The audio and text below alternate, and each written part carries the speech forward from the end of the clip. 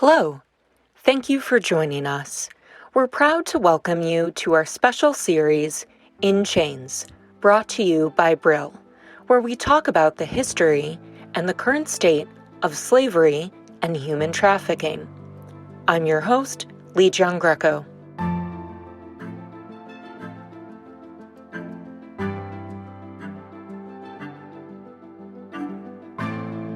Today we're speaking with Professor Raphael Lambert at the Department of American and British Cultural Studies at Kansai University in Osaka, Japan.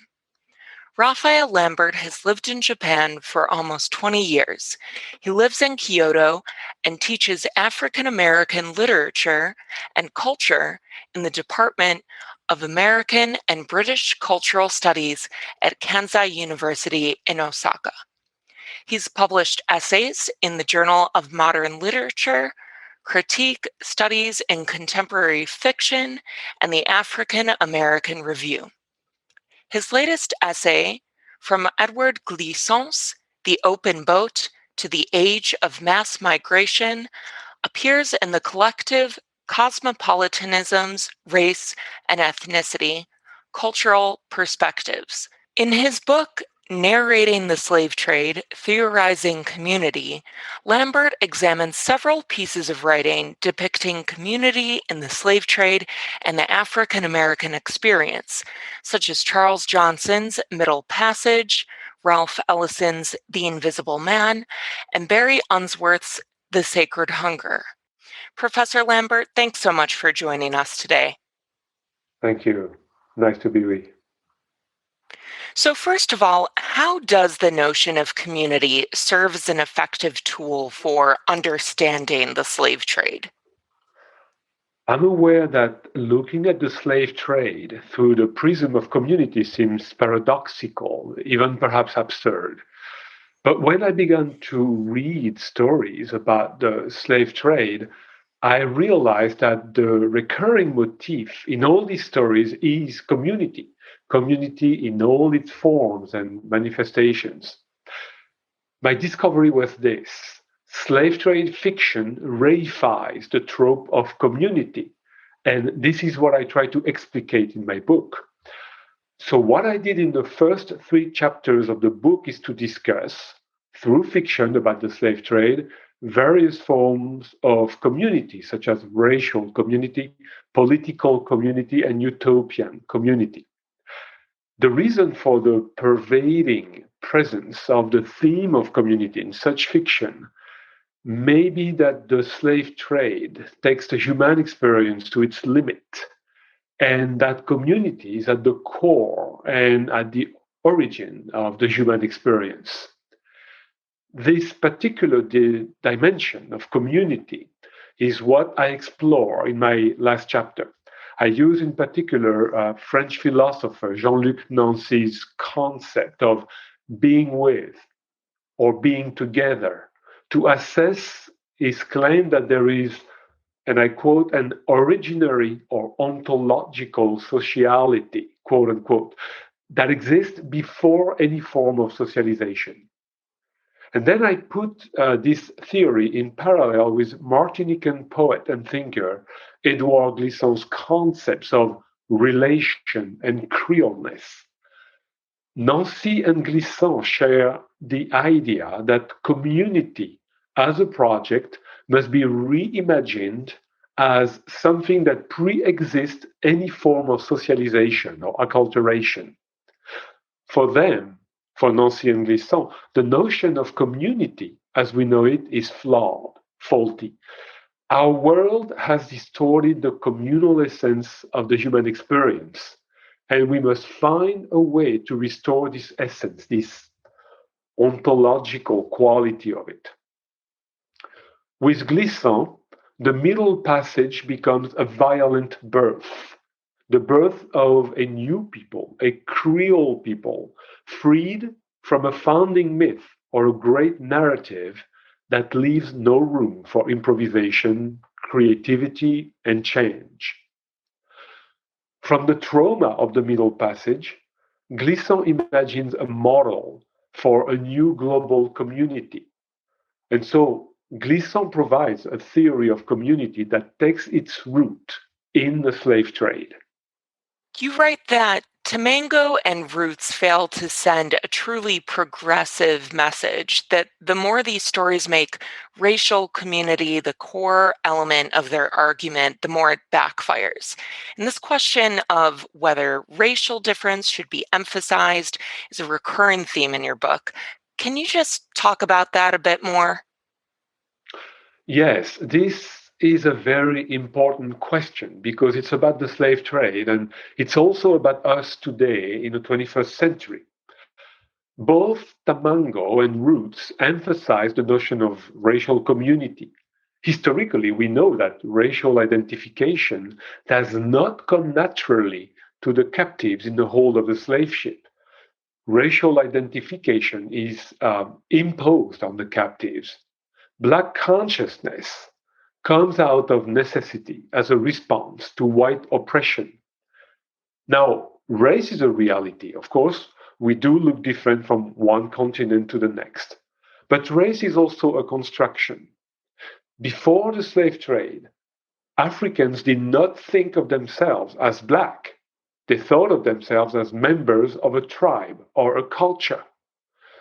I focused on the display of racial solidarity in both Tamango and Roots to show that racial identification is not only artificial, but also crippling, because it forces individuals to give up part of their complexity as human beings.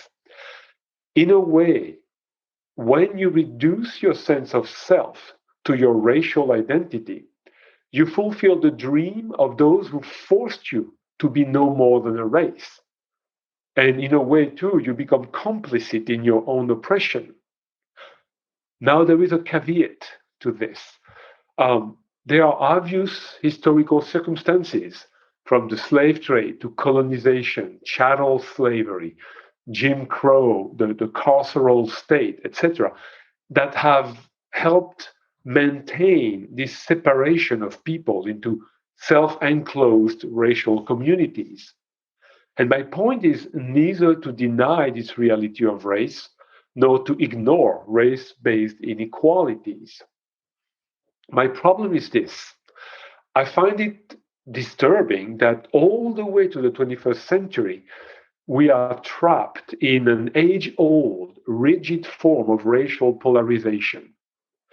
Today, this racial polarization is at its peak, and many people view the world in a very dualistic and simplistic manner: white versus non white. Race ideology both rules and ruins our societies. Hence, we must strike the right balance between ignoring race and making race our prime identifier. In such a system, in this ideal system, racial singularities are taken into account, but they are also answerable to a greater common project. The purpose is to create an environment in which every group becomes an active and indispensable part of the whole structure. This implies negotiations, debates, and compromises, and this is what democracy is about.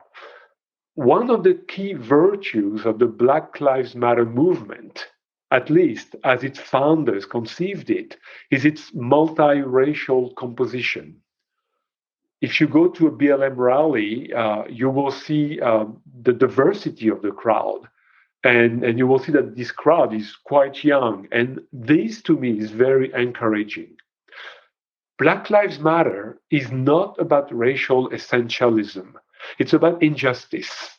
And fighting injustice cannot be based on a dichotomy, white versus non white. It must transcend race because injustice has no color. That's a really interesting way to frame it, and I like how you took it out of just this historical fiction context and related it to what's going on now. Moving on from just talking about race. Let's move on to race and patriotism. Can you tell us why both Rutherford Calhoun and the titular character in The Invisible Man turn to patriotism when America rejects and subjugates them?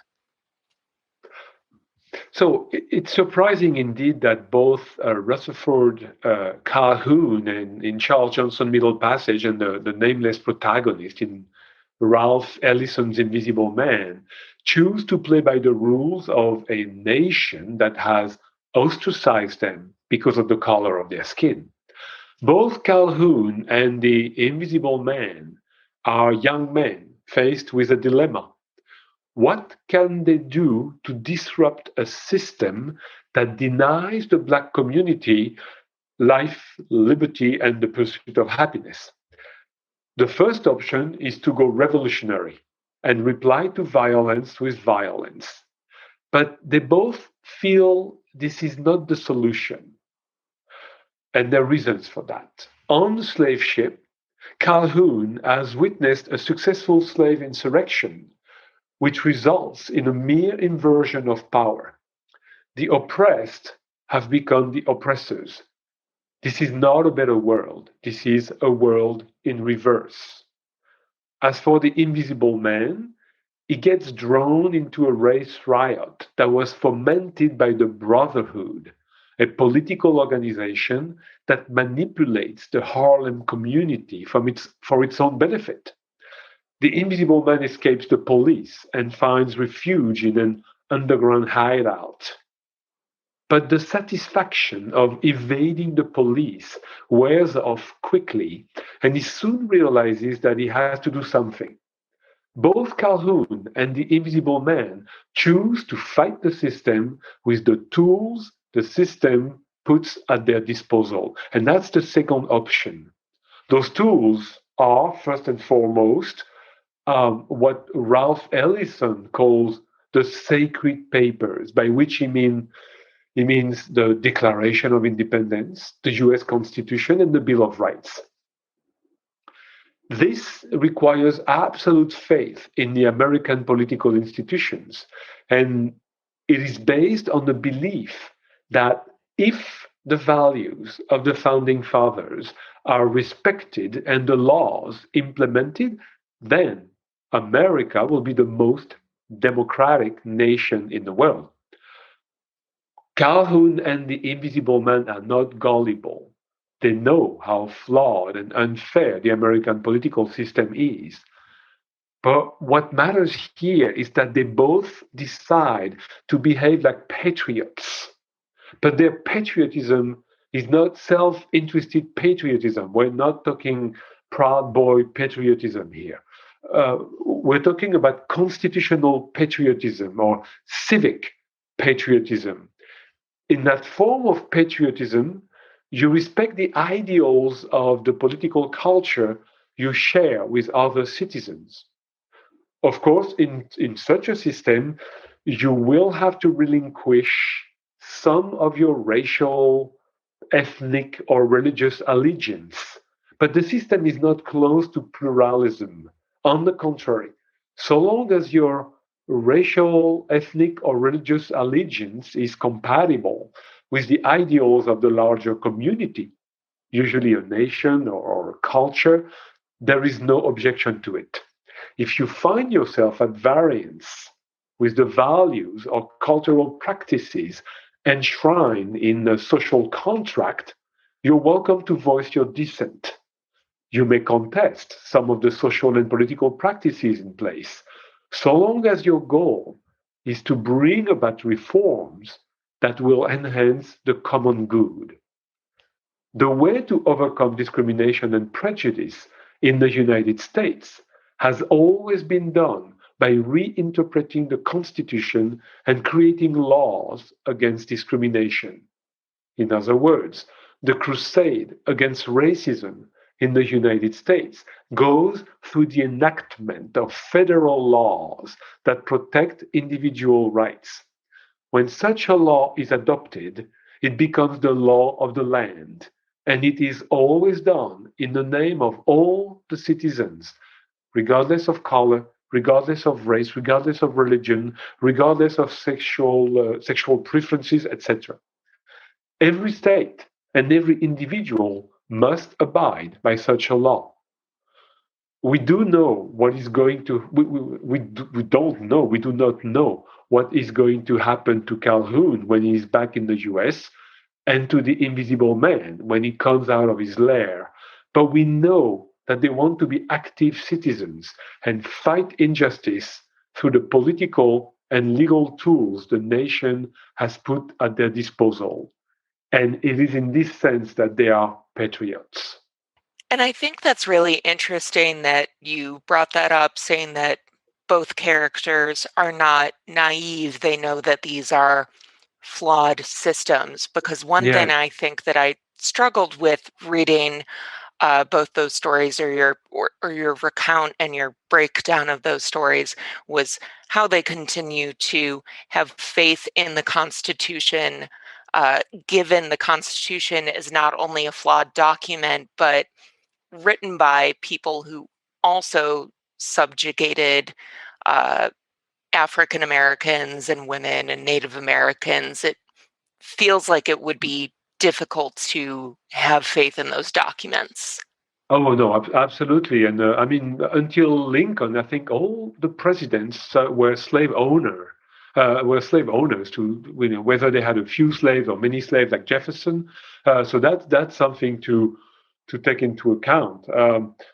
We know that they carefully took the word the slavery out of the Constitution, and it's a document with a lot of problems.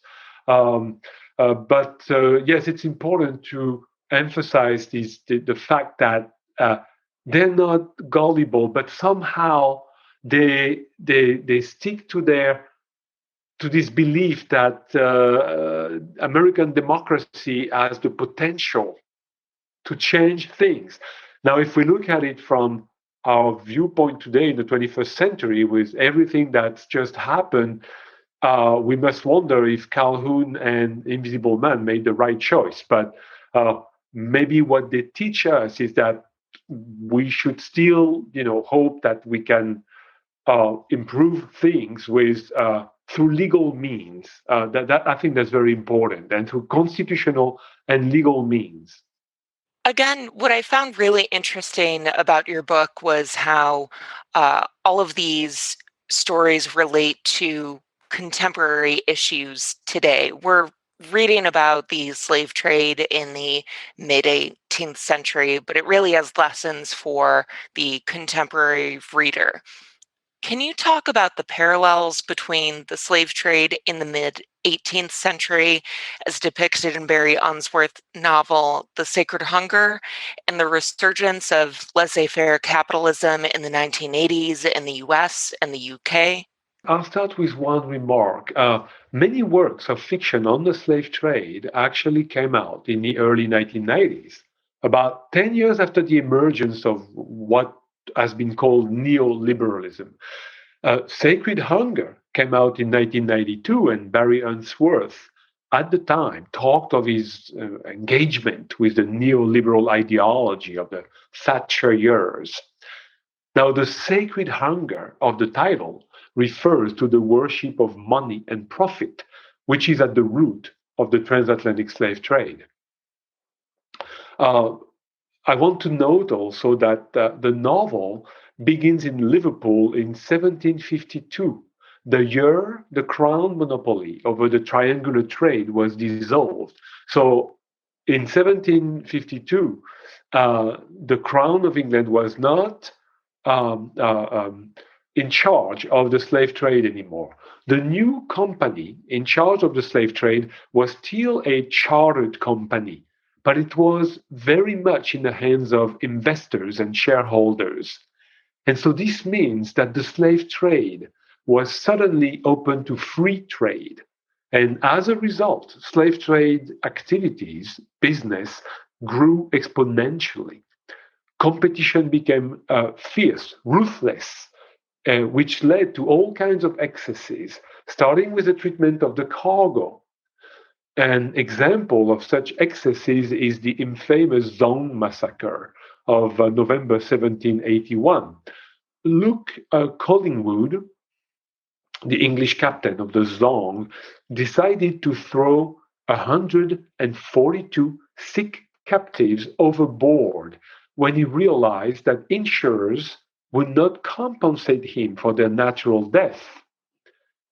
Sacred Hunger features a similar situation, except that the white crew and the black cargo killed the captain and marooned themselves in the jungle of the Atlantic coastline of Florida. So the Maroons come together to survive in the wilderness, and they establish a settlement based on perfect racial and social equality. The experiment is short-lived and suggests that absolute equality is no more feasible and desirable than absolute inequality. But I'm going to leave this aside for now, and I want to go back to our question about laissez-faire economic liberalism. Sacred Hunger may be read as a warning about unbridled free market capitalism. The slaves, after all, are an extreme example of how human beings can be transformed into commodities. When market rationality spreads to all institutions and social action, it pervades human life and reduces human beings to mere homo economicus or economic beings. Sacred Hunger takes us back to the roots of the debate between proponents of a laissez-faire economy and proponents of a welfare-oriented economy. One positive effect of the Industrial Revolution is that it fostered new ideas of self-affirmation and upward mobility through free enterprise. And as such, the Industrial Revolution challenged the values of the Middle Ages, in which destinies were sealed at birth. However, when this capitalist effervescence got out of control, it generated greed, corruption, and violence. And it was in need of control. It had to be controlled. And this is where the welfare state comes in. And I think this is what we learn from Sacred Hunger. Really fascinating. Professor Lambert, thank you so much for joining us.